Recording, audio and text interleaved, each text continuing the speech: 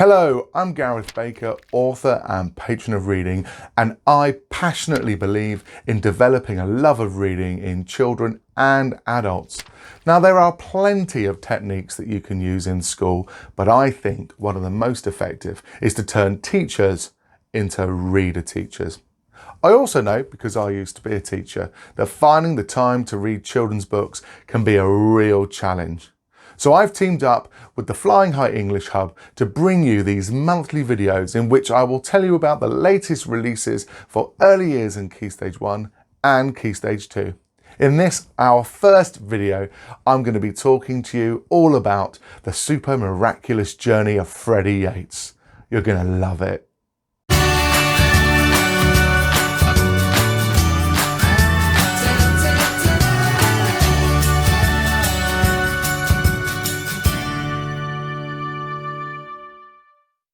So, the super miraculous journey of Freddie Yates.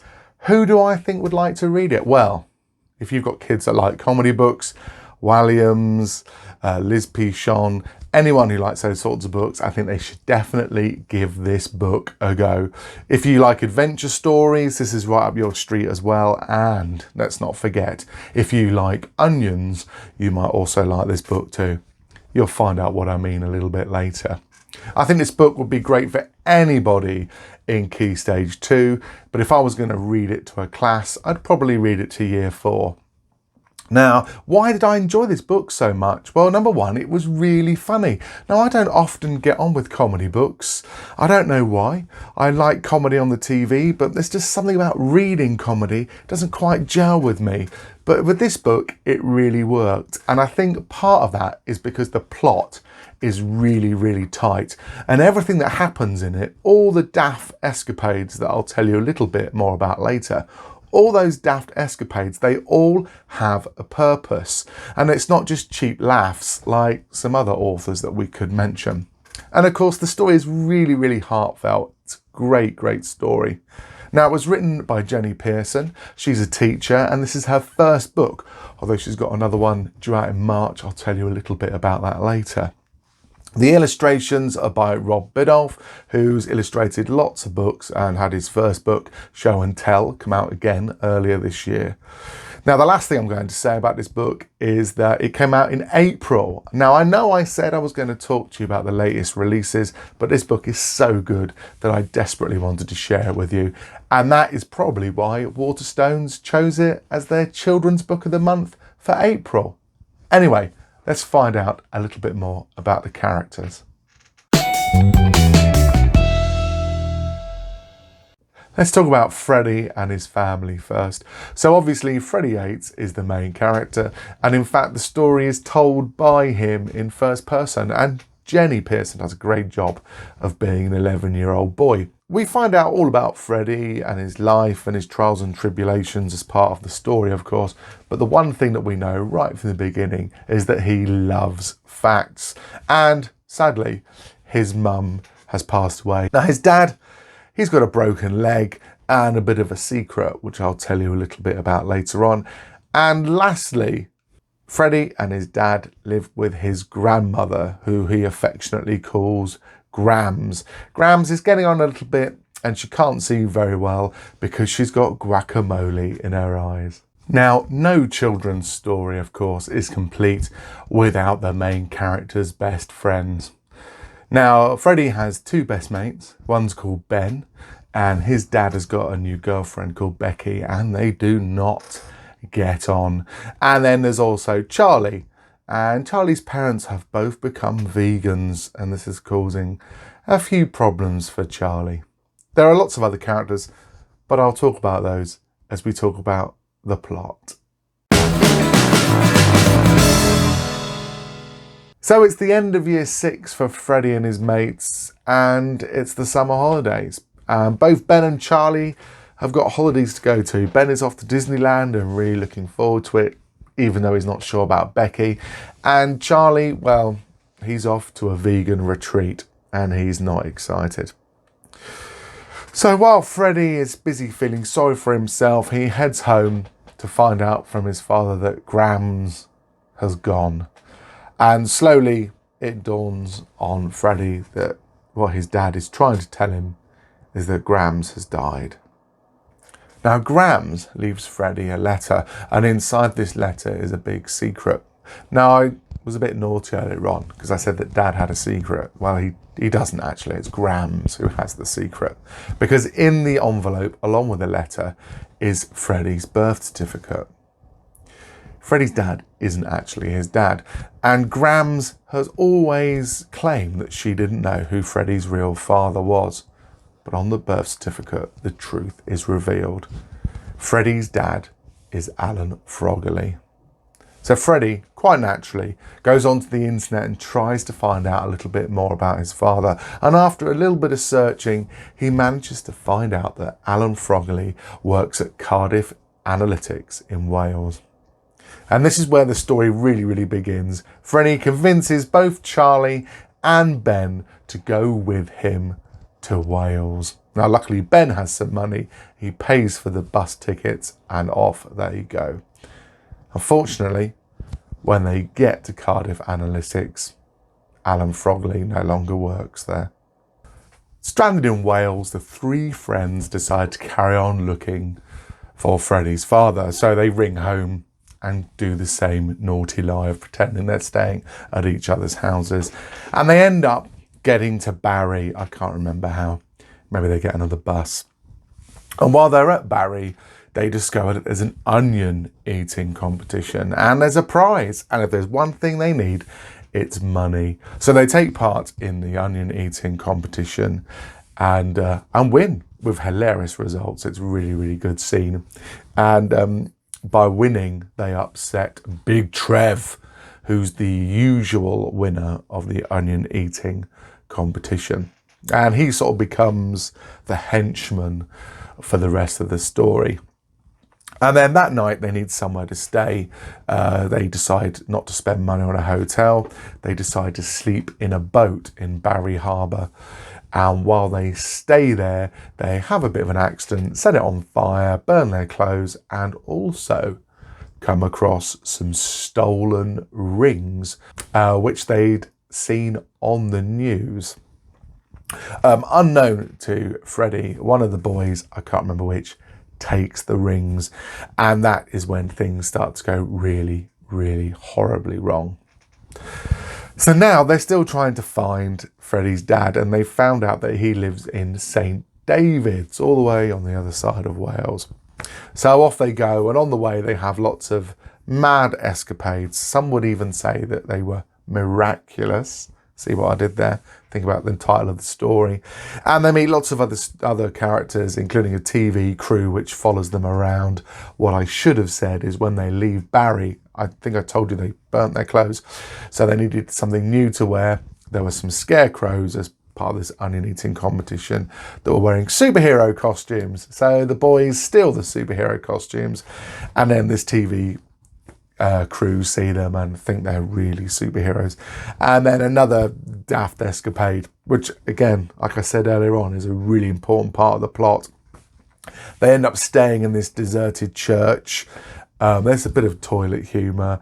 The toilet blows up in the church because of the onions and something else the boys had eaten. And again, they don't want to stay in the superhero costumes, so they ride off in some cassocks, and the local news see them again and think that they're ghosts. And then eventually they get to St David's.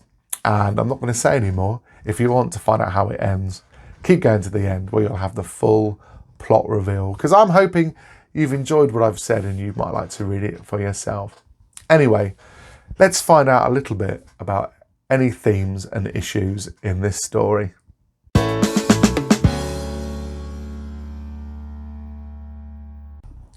Now, right at the beginning of the video, I told you that one of the things that I really liked about this book was how everything that happens in it has a purpose and it's not just cheap laughs. Well, another thing that's really good about it is the themes that it deals with. Friendship, of course, is a massive part of this book, just as it is with lots of children's novels. And the thing that I really liked about this was how Freddie and his friends are really loyal and they stick by each other and they have a lot of fun, but they also fall out, with the stress of of their misadventures. And I think it's really good to explore that with children, and that we do fall out with the people that we care about, and that's okay. It's about what we do about it afterwards. Of course, it also talks about family, and in this case, Freddie's family, like quite a few of our children, is complicated. So his mum is dead. His dad isn't actually his dad, which again forms a really important part of the story, which I'll tell you about in the full reveal at the end of the video. It also talks about belonging, obviously being a part of a story, even though, you know, his dad isn't actually his dad. They're still a unit and they still love each other. Again, as the title gives away, it does sort of deal with miracles a little bit. And again, I don't think you really kind of get this, or at least I didn't get it until right at the end. And that maybe these daft escapades that are going on, maybe there is some kind of higher order, some power watching over these boys. It does also talk about consequences. They don't, obviously, the three boys have lied to their parents and gone off to Wales. So there are some consequences for that, which I think is also nice that that is dealt with, even though, you know, it's not a massive part of the story. And of course, finally, as more an issue, death is something that comes up quite a lot in this book. And if I'm honest, initially, there was a little bit of me that was worried that it was perhaps a little bit too jokey. There was this whole joke about grandma being gone.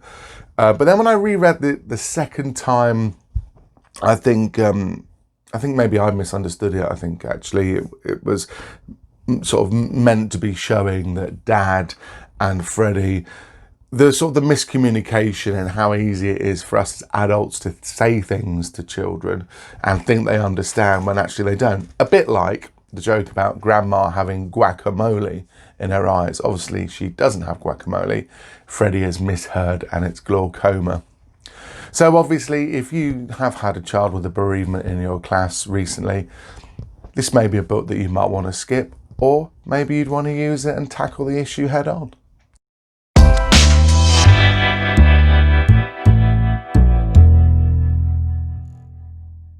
The primary reason for making these videos is to help you promote reading for pleasure by knowing about children's books. And we don't necessarily expect you to do any work based on it, just enjoy the story. But if you'd like to do some activities, the best place to look for activities for this fabulous book is just to go to the author's website, jennypearsonauthor.com.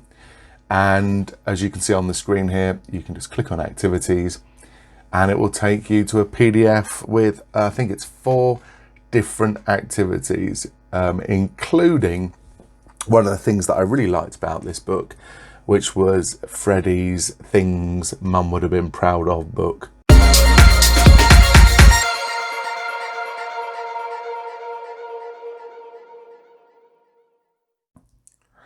So here we are, we've arrived now at the full plot reveal, in which I will tell you how the story ends. So if you don't want any spoilers, you think you'd like to read this for yourself, then you better fast forward a few minutes.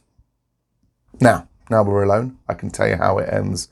So Freddie and his friends, they all arrive in St. David's and they start asking around for Alan Froggley, but no one seems to know who he is. And then somebody suggests that they go and speak to this old woman who knows everybody in the town. And they find the old lady and she has some bad news. Freddie's father died a couple of years ago. Freddie obviously is distraught and he runs off down to the beach. And while he's there, he's crying, he's very upset. And Grams appears. And this is where I've kind of realised that there were actually miracles happening. And of course, we don't know whether he's dreaming it, he's imagining it, or it really is a miracle. But Grams talks to him and tells him, all about family and why it's important and that he's still got Dad, etc., etc. It's a really beautiful, almost ending to the story.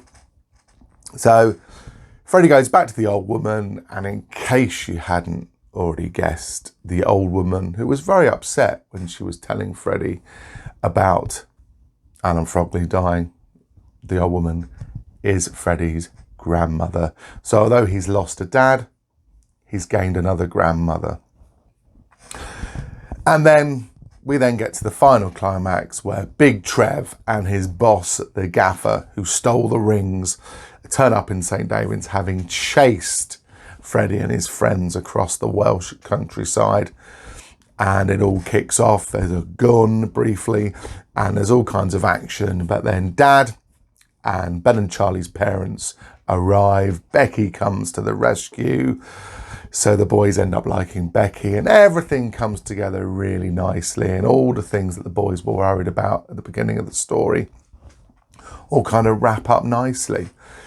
And it's a really wonderful ending and really, really satisfying. And like I say, the thing that I really enjoyed about this book is how everything leads up to this moment. All of it are steps, and it all makes sense. And at the same time, it's hilariously funny. Right, we're nearly finished. We've got one last section. What next? And then it's the end.